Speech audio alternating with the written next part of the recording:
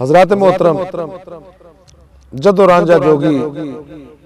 हीर दे दरवाजे ते जाके कहंदा रुठड़े यार मना दईए, वो गल्लां बातां होईयां तो हीर और जोगी दा जिहड़ा मुकालमा होया उत्थे समात फरमाना मेरे लजपाल करीम वारिस फरमांदे ने जोगी कलाम जोगी हो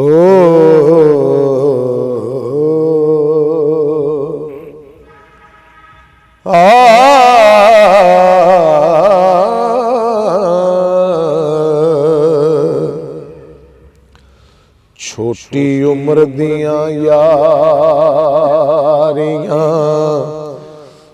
बहुत मुश्किल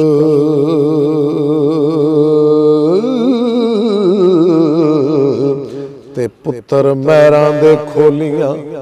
चार दे नी कन पाड़ फकीर हो जान राजे हो ते दर्द मंद फिरन विच बार दे नी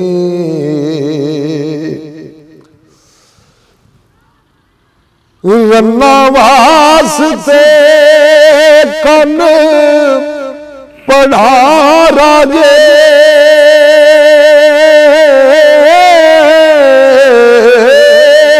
सब जात सिफात निगार देनी भले रन्ना देने नसीब होवन हो सज्जण आण बैठन कोल यार दे नी तन माल गया सिर वख करके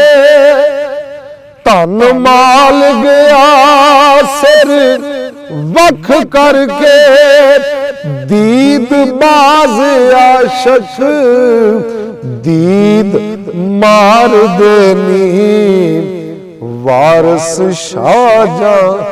ज़ौक दी लगे गद्दी जौहर निकलन असल तलवार दे नी एक जट दे खेत नू अग लगी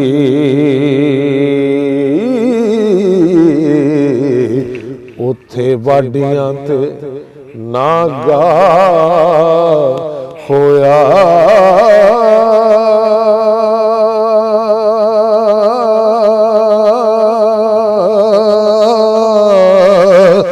लावी हार राखे सब विदा होए हो ना उम्मीद हो के उभे सा होया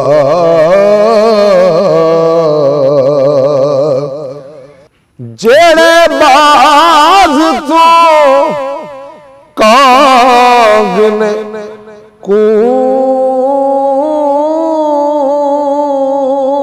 कूज खोई सबर शुक्र कर बाज फना होया एवें हाल है फकीर दानी हो धन माल गया ते तबाह होया करे सिदक ते हो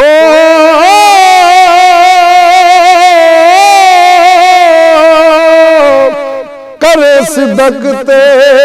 कम मालूम होवे तेरा रब रसूल गवाह होया दुनिया छड़ उदासियां पैन लइयां सैयद वारसों हुण वारस शाह होया दुनिया छड़ उदासियां पैन लइयां सैयद वारसों हुण वारस शाह होया। सामने मोहतरम अगों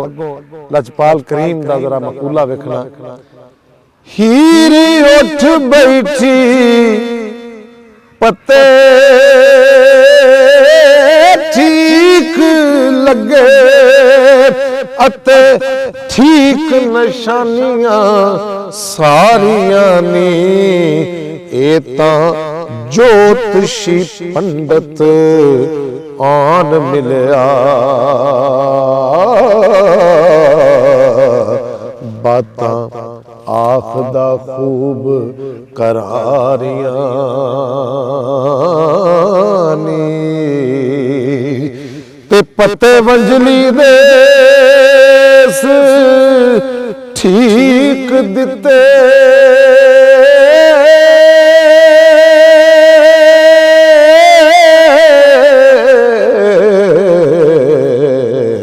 अते मई भी साडियां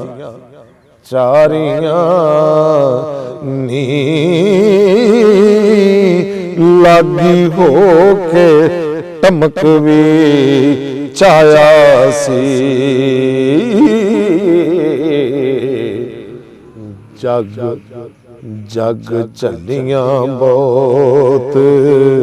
खवारियां नी खबरां होर अजब सुनावदा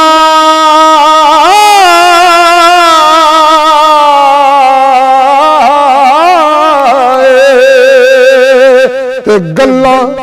गल्लां घर दियां खूब नतारियां नी